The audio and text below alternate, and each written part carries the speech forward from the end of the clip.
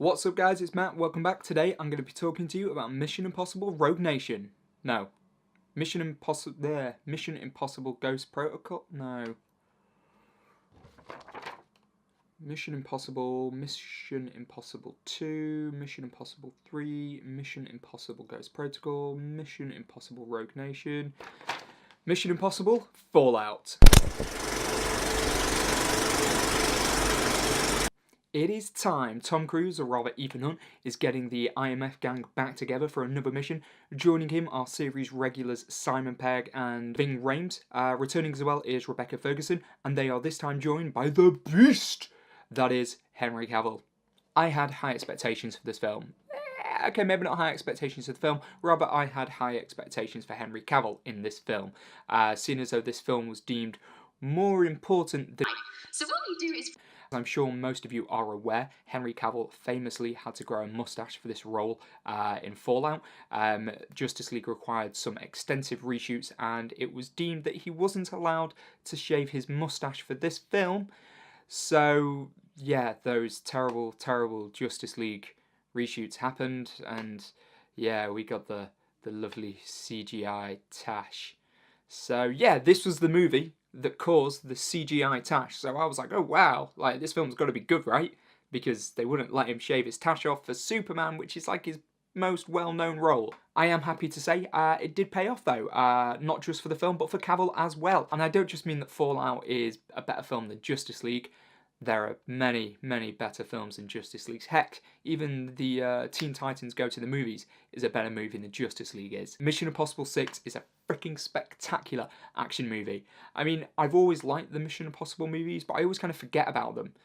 But then another one comes along and it's like, oh my god, wow, Mission Impossible. Like, I actually forgot how amazing these are. The film's plot essentially sees the team have to pick themselves up following on from a failed mission where they managed to lose a few little tiny bits of plutonium to the bad guys. Obviously now the bad guys plan to make some nukes and blow up the freaking world. The film is written and directed by Christopher McQuarrie, who directed the previous film in the series, Rogue Nation. The story kind of harkens back to the previous one, however this is very much its own film. You don't necessarily have to have seen the previous film or any of the others in the franchise really to sort of come in and get on and enjoy this, but there's definitely a lot in there for people who are long-term fans of the franchise as a whole. It is the franchise's longest film to date, coming in at just under 2.5 hours. However, that is 2.5 hours that you are going to spend glued to the edge of your seat, getting blown away by some of the most amazing action set pieces that you've ever seen, as well as sort of trying to figure out where it's going to go next. This film continuously throws curveballs at you just when you think you've got it figured out. No, you haven't got any idea. The film's just like bam, bam, bam, bam, bam. It doesn't just pummel you though. Like, that was a very bad example. The film does a very good job at sort of keeping you engaged and excited throughout. And as I said, it kind of throws in those sort of moments of intrigue and calm scattered throughout all the action. It's not just go, go, go, go, go, go, go. It's not spectacle for the state of spectacle. Tom Cruise, as always, is absolutely brilliant as playing Ethan Hunt. I think that's what kind of makes the film franchise so good, is that Cruise pretty much lives and breathes the role of Ethan Hunt.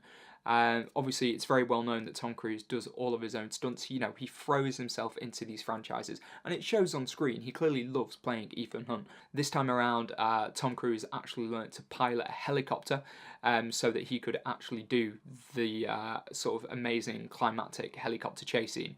Like, every single shot you see in there is Tom Cruise piloting. There's no CGI over a pilot's face or anything like that. Tom Cruise is actually flying that helicopter in those final sort of chase scenes, and it is just absolutely incredible to watch. The guy's just nuts. He's just actually nuts. Who does that? Who learns to fly a helicopter? It's because Tom Cruise does all of his own action sequences that just kind of gives the sequences themselves, but the film as a whole, a lot more weight. I mean, yeah, they could easily throw it all together with CGI, but they don't. Tom Cruise doesn't do it. He won't allow it. You know, if he's going to be on screen, he's going to be on screen, and you can tell because they're not having to CGI his face onto any sort of stunt double or anything like that. You know, they're able to get some extremely close action shots, but some extremely beautiful wide open action shots, and it's Tom Cruise. You know, you can see that it's Tom Cruise. You're not distracted. You know, there's no quick cuts or anything like that to try and mask someone else doing the stunts. It is Tom Cruise doing them, and because of that, they can sort of achieve things that they couldn't normally achieve. In this film, you know, there are a lot of amazing action set pieces. Most notably, I've already mentioned the helicopter scene. That's absolutely incredible. There's a scene in Paris as well where Tom Cruise is driving a motorcycle into oncoming traffic in the middle of Paris. Again, that's something Tom Cruise is actually doing. It just adds so much more weight and tension to the scene, you knowing that Tom Cruise is actually doing that himself. As well as that, Tom Cruise also does a freaking halo jump, ridiculously high skydive that's only normally carried out by the most badass of professional military personnel. Tom Cruise is like, oh, we need to do a halo jump for the film? Okay, I'll do a halo jump. And he freaking did. Apparently they had to build like specialist suits for him, you know, so you'd be able to see his face and everything as opposed to the gear that's normally used. It's absolutely insane. Also, Tom Cruise could just do some 25,000 foot skydive. But it's there, it's in the film, it's not CGI whatsoever, and it is absolutely incredible to watch. And as I say, because you know he's done it, it just adds so much more weight to it. Pegg, Rames and Ferguson all shine as usual, playing their parts incredibly well. For me, the show was kind of stolen by Henry Cavill, and the American CIA agent he plays, August Walker. Cavill is an absolute beast in this movie. It's no secret, of course, that he plays the film's villain. It's the character he plays before the reveal. So, I mean, you know going into it that he's the bad guy, but obviously characters don't know that he's the bad guy. And it's the character he plays beforehand that kind of really steals the show. But it's a really good role for him, though, because I suppose he kind of gets to play two people. As I say, it's kind of the character that he gets to play beforehand. As Angela Bassett's Erica Sloan, the top dog of the CIA, you know, she describes him as a hammer. You use a scalpel. I prefer a hammer.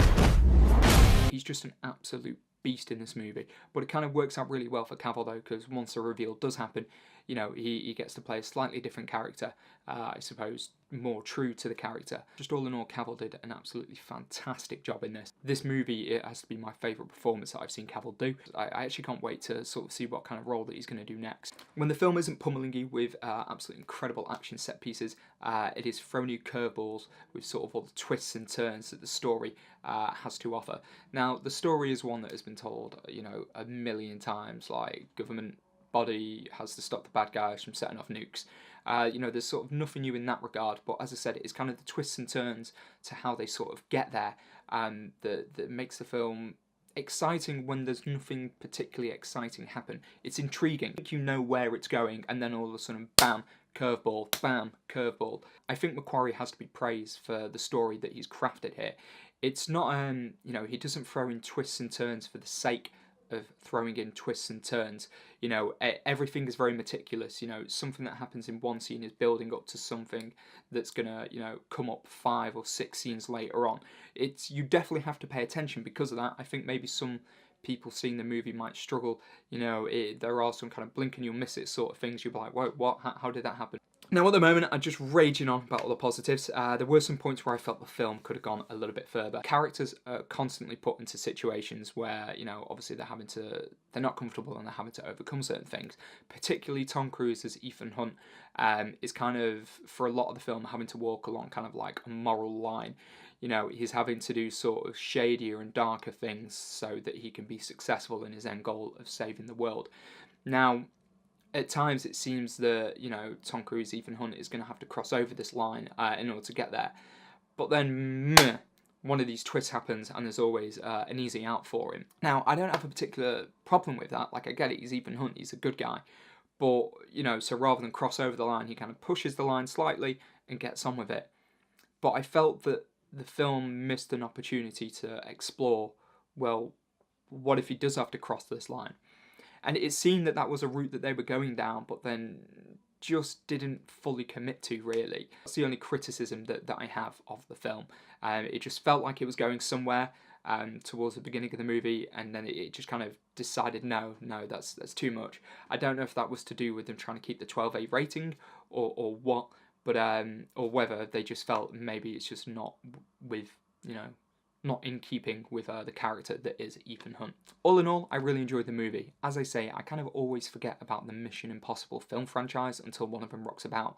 But you know what? They are really, really great action movies. And to be honest, I think this one now has to be one of, if not the best action movie that's out there.